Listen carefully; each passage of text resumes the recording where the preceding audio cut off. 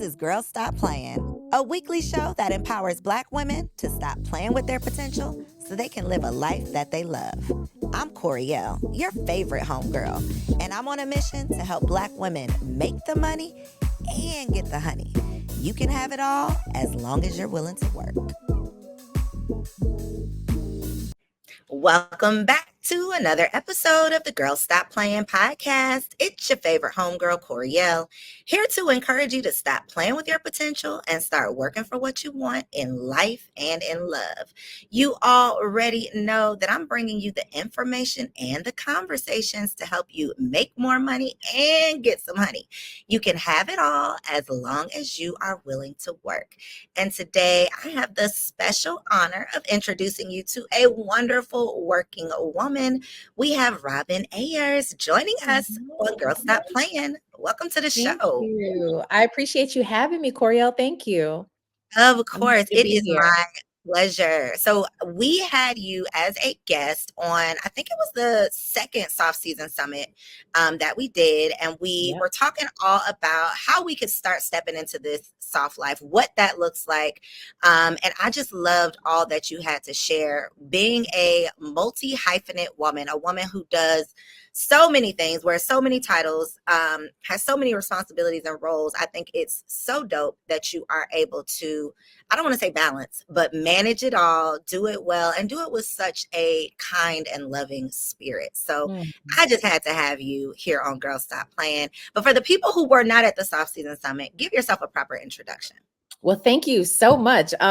It's funny. I do this all the time too. I interview people, and it's funny. I'm like, does it trip you out to hear things about yourself? And I got to say, like, it does trip me out. So thank you so much for that like kind way that you see me, that you view me, and the things that I have to offer. But for those people who don't know, I'm Robin Ayers. I am a Los Angeles native. I am a mom, a wife, a working woman. I work in broadcast journalism, so I'm a radio host.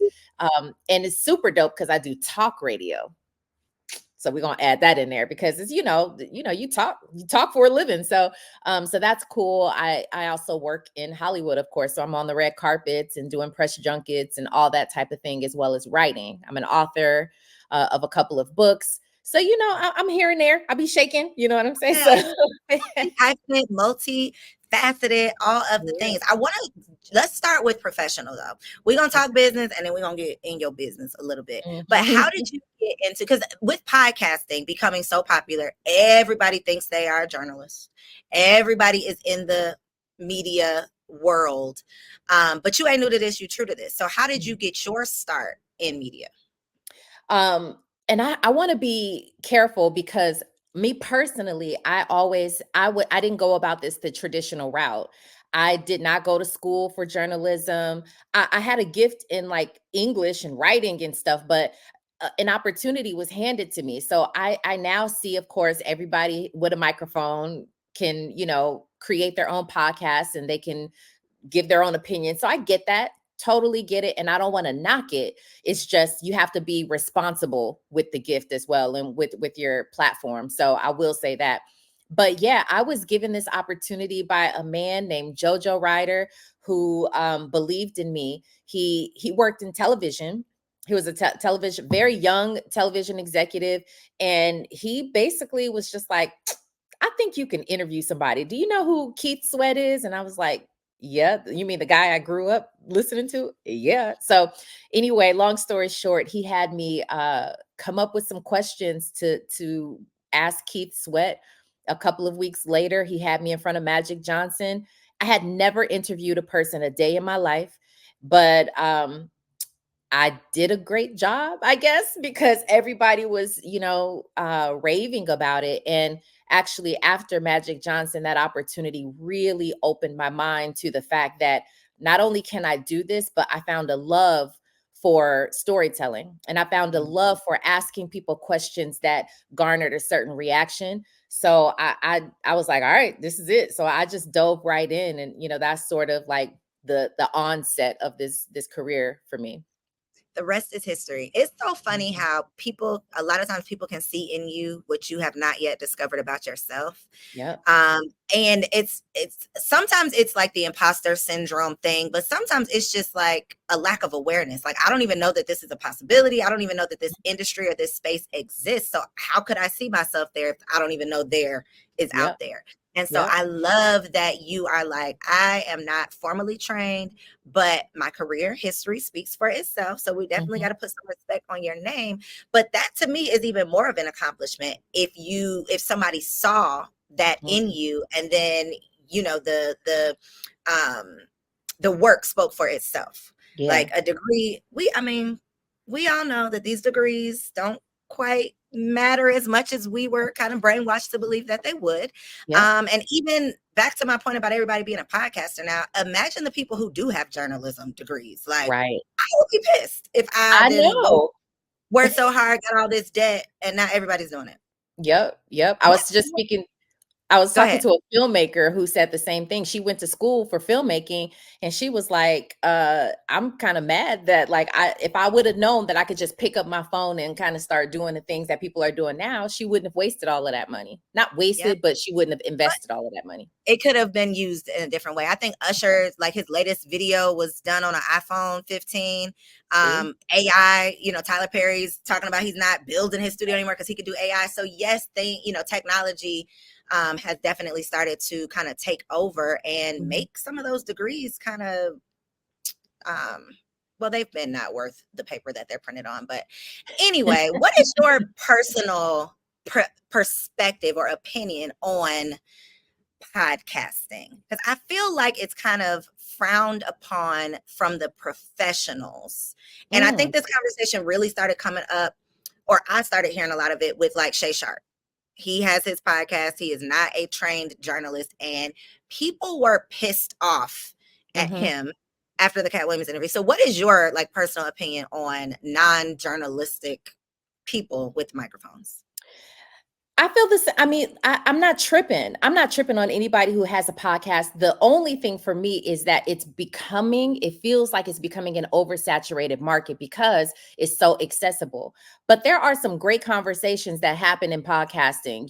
It's just when people step into I think the thing that will irk me is when people try to come off as professionals. They come off as experts. And it's like, let's be clear, you are a conversationalist. You are not a journalist. There is definitely a difference. And so I want anybody who's in podcasting, by the way, I started my own in 2020. So like I'm not hating on anybody. I'm not new to that space either. So, but I definitely want people who are in podcasting to understand and maybe even differentiate that they aren't journalists and that they should also put some respect on journalists' names. Now, because what happens is oftentimes you'll hear from podcasters who get their information from actual journalists who have already done the research. They've done the standard interviews that you take pieces of and then start to run with and have conversations about. I'm not mad at that. You might have access to a community of people and that's exactly what's happening. Like, there's a ton of people who are like, I'm a podcaster. I don't even do radio anymore. So even what I do is I'm an AM radio, AM, you know what I'm saying? Which is not, it's a Black talk radio station. So we have a definitely like a very particular niche, which is a beautiful thing. It's a blessing. It's historic. And every show that I do turns into a podcast. So we're even not new to the podcasting space and we respect the podcasting space. The only thing that I say is to make sure that you differentiate. This is just a conversation, which Shannon Sharp has done. He said it many times, especially after that Cat Williams interview. He was like, I have conversations and you got to respect that because, we shouldn't take that away from you just because you like to talk and you want to have conversations with other people. I'm not mad at it at all. I think you can find your own, everybody can find a lane. I think you can get in where you fit in. And if you do truly have something meaningful and something of value to offer, then the people who need you will find you. I think that it's when people purchase podcast equipment with the goal of going viral. And it's like, I'm going to say the most polarizing thing. I'm going to be as toxic as I possibly can so that I can go viral. And that is what I personally have a problem with. Now, obviously, I'm a podcast producer. I think everybody should have a podcast. I think everybody has something to say. However, I think you have to be responsible with it. And obviously, I'm not a trained, journalist either. I'm just up here talking. But my personal issue that I have with so many podcasters, especially bigger named podcasters that are only focused on the money. So they are not responsible with their platforms in the sense of they, accept payments for interviews. They don't fact check. They allow people to, sell their audiences into scams. Though that's the part that I have a problem with, to your point about being responsible with this platform. But I think everybody has something to say. That's like saying, 10,000 people wrote books, so you shouldn't write a book. It's like, no, if you have a story to share, do your thing. What would you say, though? What is the main difference between me, over here running my mouth, and a true journalist? Is it the research? That's part of it. I do think that the research is part of it. I really do think that like if you want to call it traditional journalism, because remember, I did not go to school for it, but once I got into this field, I respected it enough to learn as I got in there. I was like, okay, I'm in here with the big boys. You can't just be playing around and just saying anything or doing anything. And that's one thing that was it was taught to me, and it was really put upon me, like, respect what this is. So I went and I started learning and just really gaining all this knowledge of how to move inside this particular lane. But I think that is a part of it. I think that as a journalist, to me, the biggest difference, and I could be wrong, anybody could challenge me on this, but one of the biggest things is a podcaster, you have ideas and thoughts and concepts about a conversation or a topic that you want to have conversations about. It's not based on fact checking. It's just how I feel and how you feel. And that's cool. And again, I think that there's room for that. Journalism, however, you almost kind of have to, with a particular subject or topic, something that came about, you got to figure out how you want to tell that story. And then you can't be crazy with how you put that information out. You really do have to fact check. You got to really look into it and find out, how do you bridge this information that I just found out, that I did all the fact checking about? How do I bridge the truth and deliver it to my particular audience? Because remember, that's another thing. You got to keep in mind who you're talking to. You get what I'm saying? So like, there's just so much, I believe, that's involved in it. But I think fact checking and all of that and how to deliver that information properly is a part of it. I think that's a part of the difference. What is the difference? I mean, I know the difference between AM and FM, but in terms of managing, it seems like talk radio is a much more challenging role than a FM radio host. What's the main difference? And I've never been in the FM space before, but I've listened to FM my entire life. So I mean, maybe I can speak on it. I feel like the difference is FM radio. Listen, we're talking about music. You get what I'm saying? And you can rely on the fact that a lot of these FM stations have all the bells and whistles. You got things you can rely on, other people, different hosts. You could rely on songs, of course. You have little segments that you put in between music and all of that. And it's very entertaining. It's a space that I would love to get into at some point in my career down the road, maybe, because I love music. I could do it. But I think you're right in the sense that AM radio, talk radio, I'll say, because all AM is not necessarily talk, but most of it is. But talk radio, you can't rely on anything else other than using your voice and filling the space with like you, and not necessarily the music or anything like that. Like, I have contributors on my show and we have conversations, so it's very much like listening to a podcast, but there's no dead space, or if it is, it's intentional. So it's just again, and then everything that comes out of your mouth, you got to be careful and make sure that you're being honest, you're being true, you're being that it's been fact checked. You can give opinions for sure, but you got to base it on something. So I think that might be In my opinion, at least, one of the biggest differences between the two. How long is your show? Because how long are you talking straight? Like, my show is just an hour. So, oh, girl, I was about to say, is this like, because I know FM is like 6 to 10, and it's like 4 hours. I oh was yeah. just like dying slowly thinking about you having to talk for 4 hours straight. No, Okay, no, just no, one no. hour. But I did come from, so before I was granted my own show, I was a co-host on a 3-hour show. So 3 hours of talking is still very difficult to do. It is very difficult to do. So it has to be produced the right way. You got to come up with enough topics every single day. And for my That show, part, yes. every day. So for me, even though my show currently it's the Rob Report, it's only 1 hour and it's based on entertainment. I have to be up on what's happening every single day, hot topics, trending topics, Black culture, and not just Black culture, but I don't do salacious topics. Even if something salacious or something sensationalized, even if something like that happened, I got to find a way to extract something real out of that. Like, what can we get from this? Why is this worth even talking about? You get what I'm saying? So that's what I choose to bring to my community. So it's 1 hour, but it's a very difficult thing to do every single day.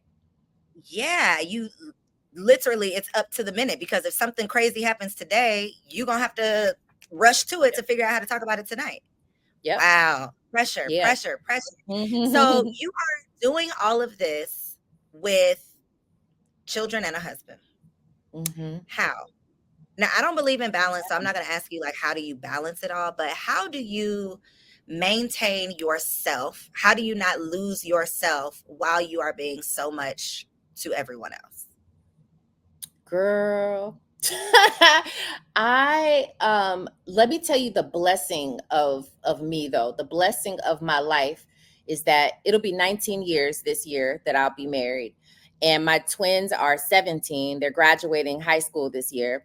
But for a good portion of my marriage and when I first had my kids, I was a stay-at-home mom.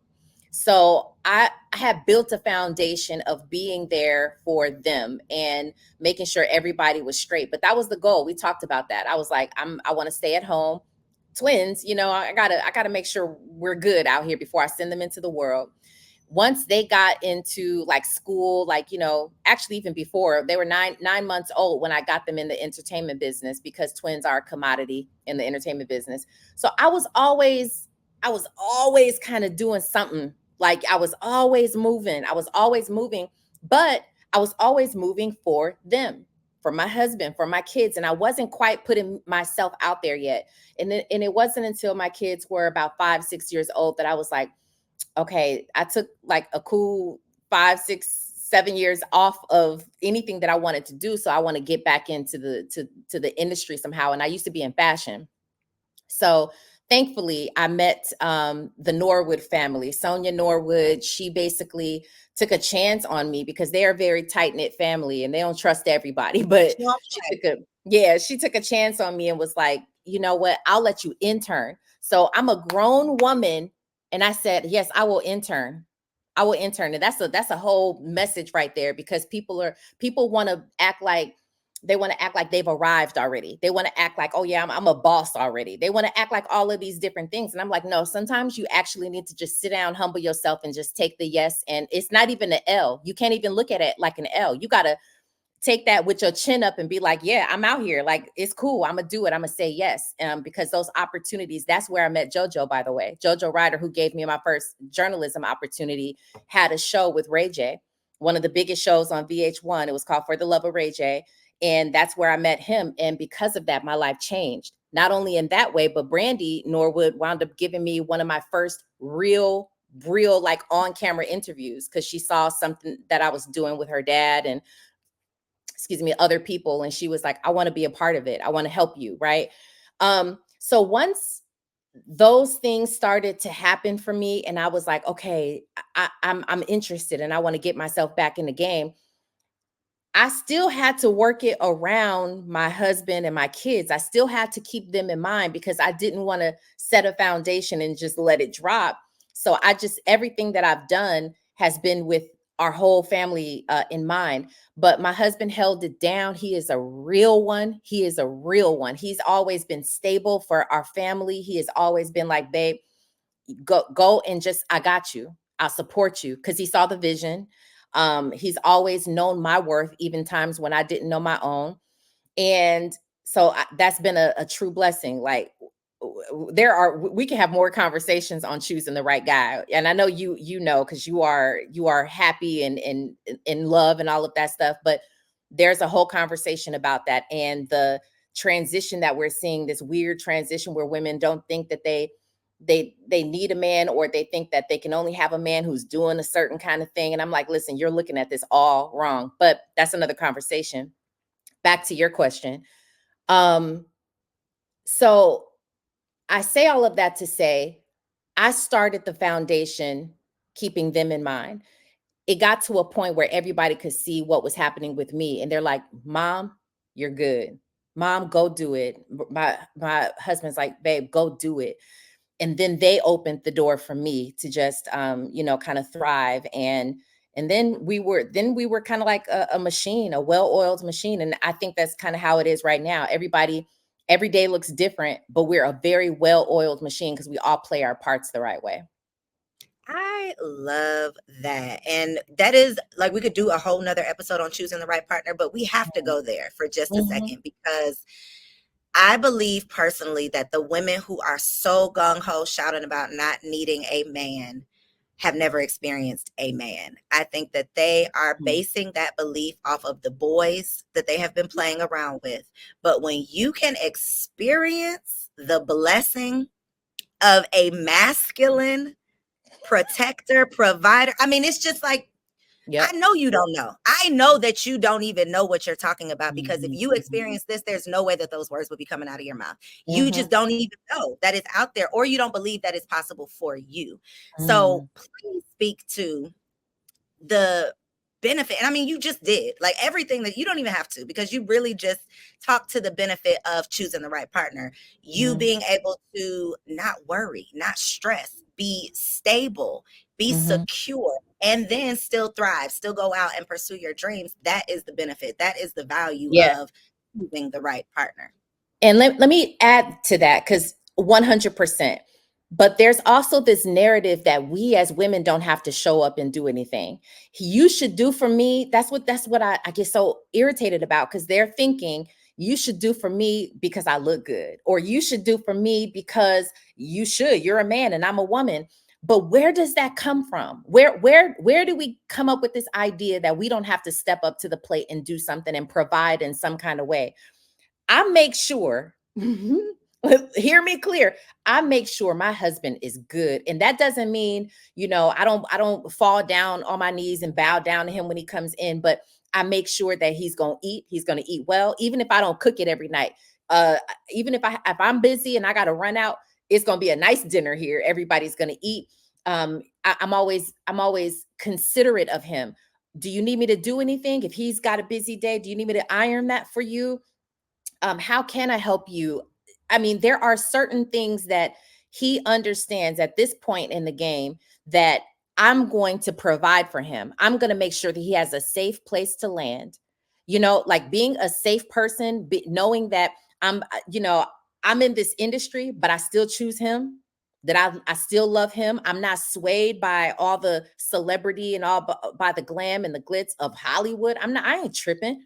You get what I'm saying? He knows that. And so the fact that I can provide that for him, that's why he provides for me. And so women need to understand that you also have to come to the table with something. And it may not be financial all the time. Because like I said, there was a good amount of time where I wasn't bringing any money into this household. But the fact that I provided everything else where everybody else was good, then of course, you know what I'm saying? A good man is going to see that and provide. He's going to meet you where you are or exceed that as well. Every conversation that I have with a wife, especially a woman who's been married for any number of years, like a decent amount of time, the conversation around marriage always comes back to service. Always. It Yep. always comes back to service. And Yep. service ain't sexy. The single people on the internet having these conversations about marriage never even mention service. All they want to talk about is submission. All they want to talk about is 50-50. All they want to talk about is just these things, these trivial little things that have literally nothing to do with marriage. And until you are truly ready to sacrifice some things and to serve, you're probably not ready. And you're That's probably a going to make bad choices because you're not even getting into it with the right intention.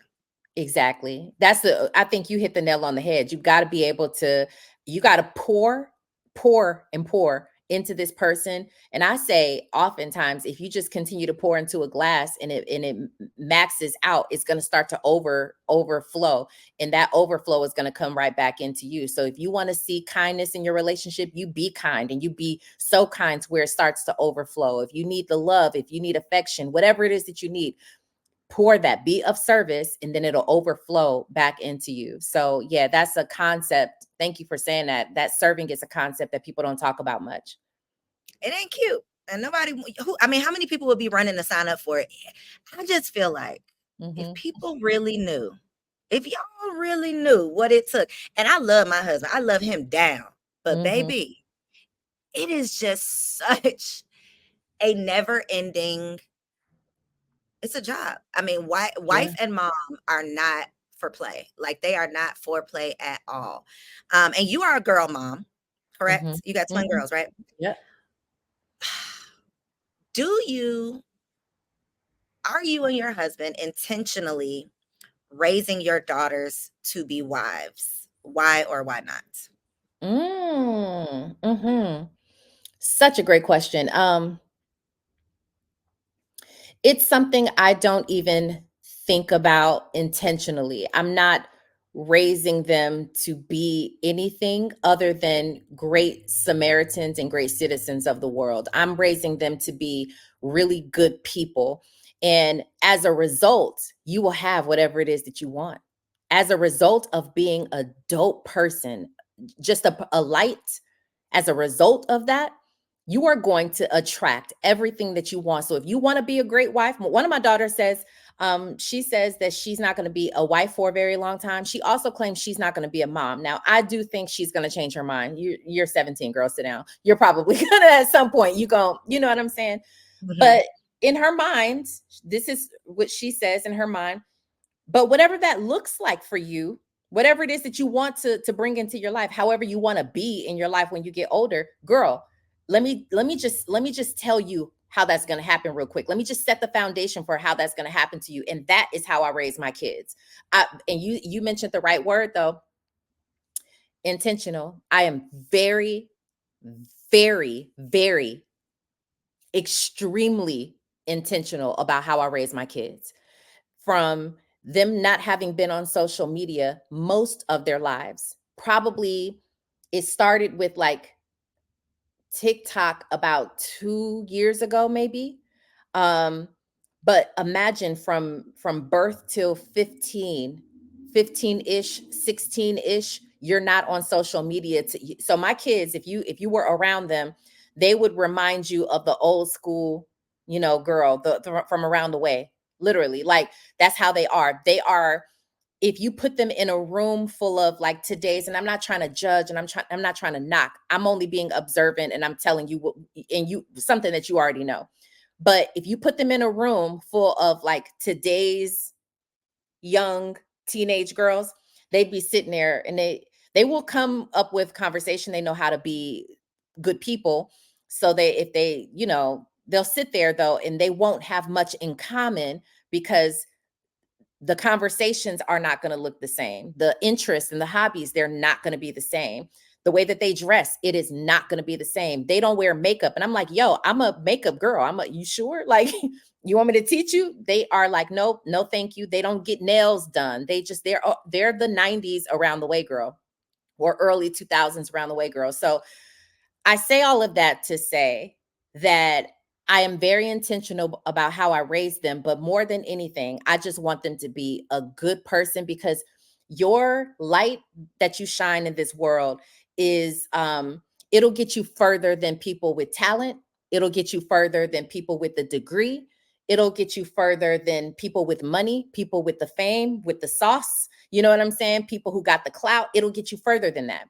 And if it doesn't get you in as fast, it'll get you in longer than those people. So yeah, whatever they choose to do. But with that being said, and I'll wrap it up by saying this: they see how me and my husband operate.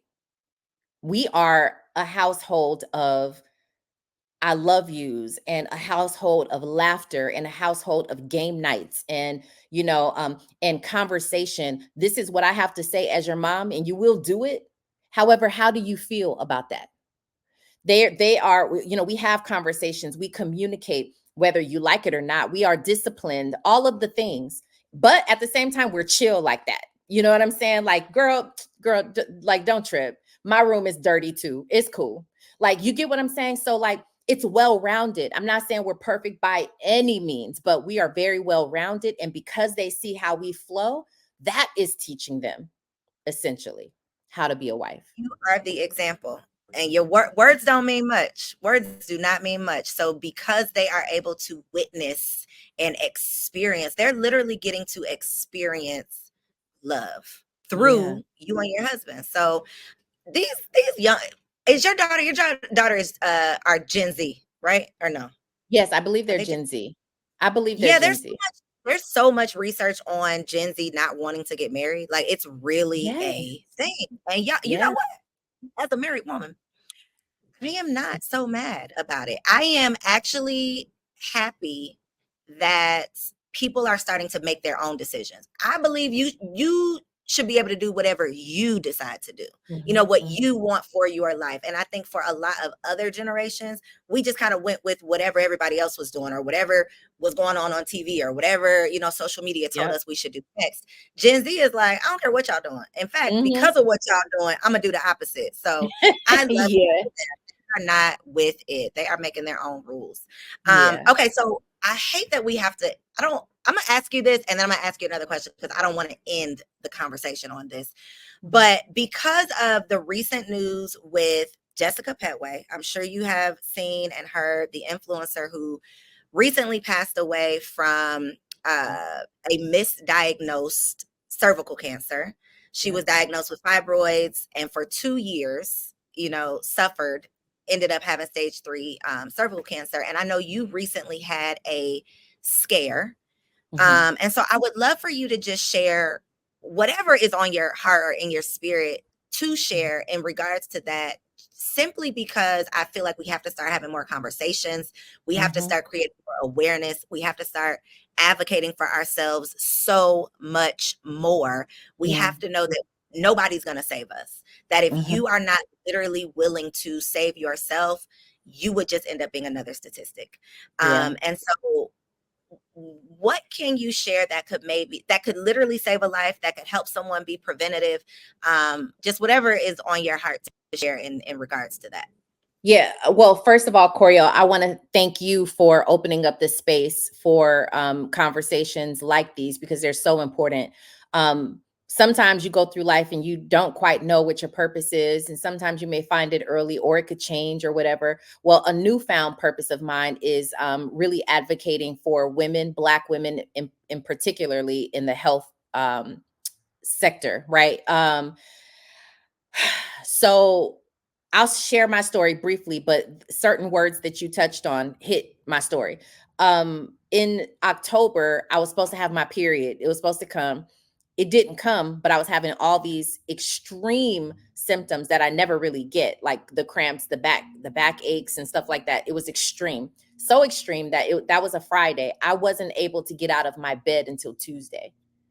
Over that weekend, I called the doctor's office, whoever was on call, and I'm like, this is not normal. I don't experience things like this. I have bloating, like I can't even get out of my bed. Like I'm trying to roll over and my belly is telling me no, right? And so the doctor is like, no, that's probably it's just your body regulating itself, and things like that change, and just take some more, ibuprofen, you'll be all good. And I'm like, okay, so that doesn't sound right. But the next day I called again. something's not right. Y'all got to do something. Order me an MRI.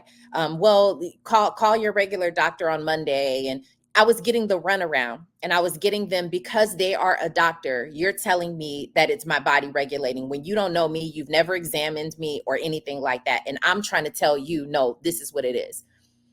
Fast forward, I demanded an MRI. I demanded an ultrasound. And because of that, we discovered that I had 8 fibroids that were, one of them was impeding into my uterus. It was pretty bad. They offered me the option of just getting a like a what is it called? The hormonal thing, IUD. They offered me to get an IUD to like normalize my hormones and shrink the fibroids. I said no, I just want to get it removed.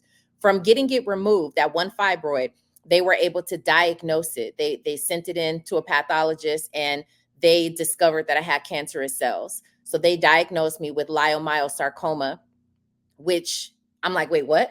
You get what I'm saying? Like and they were like, well, because thank God we got that out. And I'm like, no, thank God I advocated for y'all to take it out. Y'all were trying to do something else, but thank God I said, y'all, you're just not hearing me. Do this, do this. This is not normal. Fast forward, I wound up getting a hysterectomy 3 weeks ago. All the cancer is out of my body. Thank God for that. No treatment or anything like that was necessary. So I didn't have to get any chemo, radiation, or anything. And so now I'm a walking testimony only because of advocacy, self-advocacy. It is so important.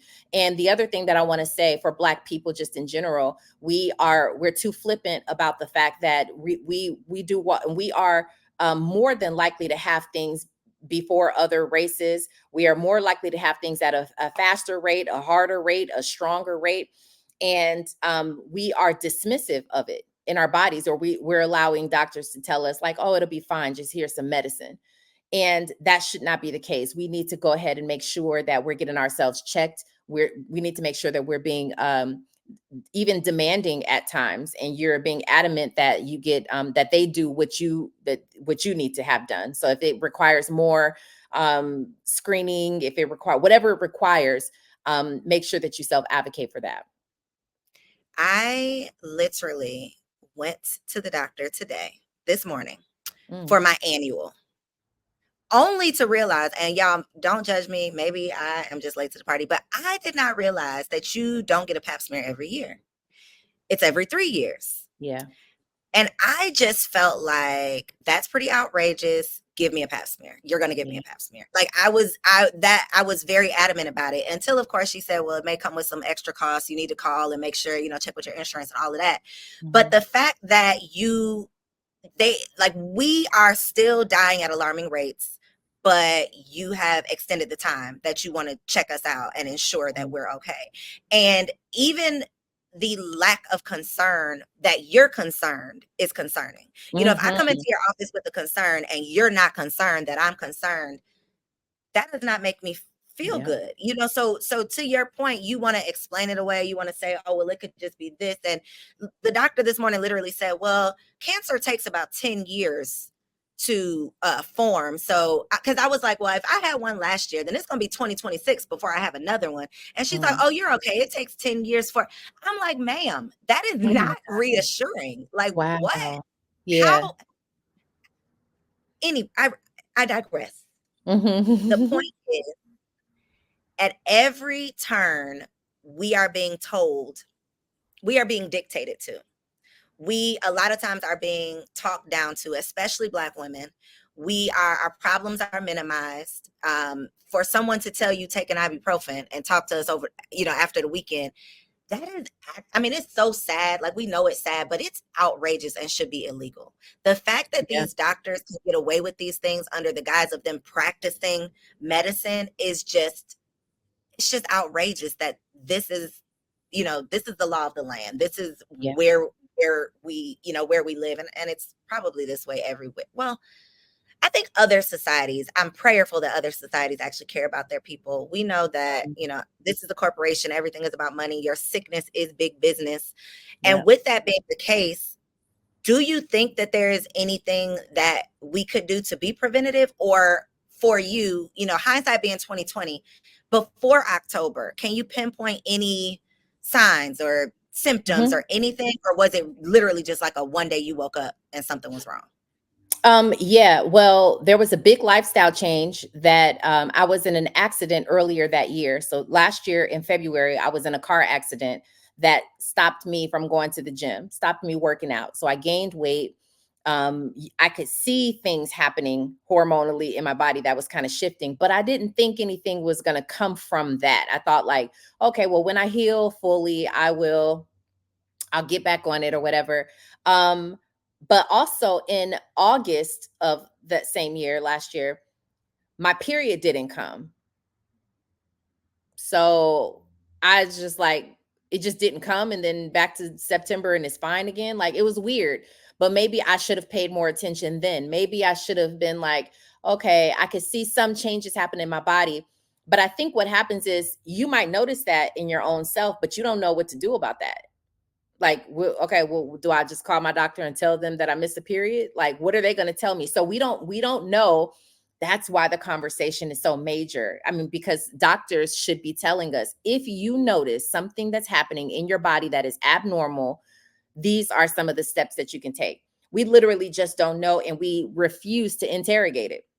We We just be like, refuse all to right, yeah, it's gonna go away, or we go and we just accept whatever they tell us. We yeah, don't ever ask for a second opinion. We often just go with whatever their recommendation is, and our lives are literally on the line. So I yeah. am so grateful and thankful that you were not playing. Like, I'm Mhm. not, girl, stop playing. I am not about to play with my life. And I know my body.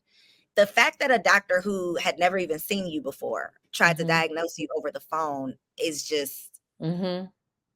it's outrageous. Mind Y'all, blowing. it's mind blowing. It truly is. And Mhm. it's just so unfortunate that we literally have to die in Mhm. order for the awareness or the conversation to start. So please, y'all, if you are listening or watching this right now, take this Mhm. as a sign to go get checked. Go Yep. get a checkup. Don't let that year turn into those 3 years. Like, I'm going back. I done already called my insurance. I found out that Yep. it's not going to cost me a dime, and I am going back because I am not willing to accept, oh, well, you can expect changes, or, you know, you got a decade if something does come up. That's not comforting Mm-mm. for me. Mm-mm. And my that's not going to mean much to my family if, you know, if Exactly. something ends up happening. So I Yep. am so grateful for you being open and honest and just willing to share that story, literally potentially out here saving lives. So I really Mhm. hope that, you know, you find a way, I'm sure that you already have, to incorporate this into your message and to just share, because we have to do better at taking care of us. We truly are all we got. Nobody else is coming to save Yep. us. Nobody else is Yep. even going to believe that we need saving. So we got to take care of Yep. ourselves. For the 100%. people who want to stay connected to you, though, Robin, how can they find you on social media and online? And if they're in LA, where can they listen? Yeah, so the talk radio station is KBLA 1580. Most people download the app because when you listen from the app, you can listen in your car and all of that, but it sounds like FM. So it sounds very clear. But there are people who are OGs and they're like, "Listen, I'm in LA and I'm listening on AM radio." And I'm like, "All right, that's cool." But other than that, you could also watch it on YouTube every day. It's called The Raw Report with Robin Ayers, and it comes on 6 p.m. to 7 p.m. Pacific time. But so that's the radio portion of it. Otherwise, I be in these social media streets, you know what I'm saying, at Robin Ayers on all my social media. And I love engaging with people, and I love inspiring people. So my life literally is a testimony, but it's also used as an inspiration. So for connection, and that's how we met. So I'm so grateful for social media. I'm grateful for you. Thank you so much for like having me on and just staying connected with me, and utilizing your platform and being an inspiration to everybody else who's watching you. So in many, many different ways, you've been an inspiration for me as well. So I definitely want to thank you. Thank you. I appreciate that. This is not the last time. Okay. We are connected now. All right. You Yes. are such an inspiration. So on so many levels, from media to motherhood to marriage to you literally saving your own life. So Mm. thank you for being here. That touched you. Sit with that. Because Mhm. I didn't want to interrupt you when you were talking, but you said no, thank God. And yes, thank God. But you Mhm. saved your life. Like, Mhm. sit with that. Sit with that. Mhm. And not just sit with that, sit with what you're teaching your daughters. Like, yes, Mhm. they're with in the marriage part, but that Mhm. lesson, like, I got chills right now. When Yeah, those me words came, too. like, I have chills. I'm gonna end this before I start crying. All right, girl. Thank you. Thank y'all for tuning in. I will catch y'all on the next episode. Peace, girl. Thank you. So if you made it this far, I just know you loved that episode.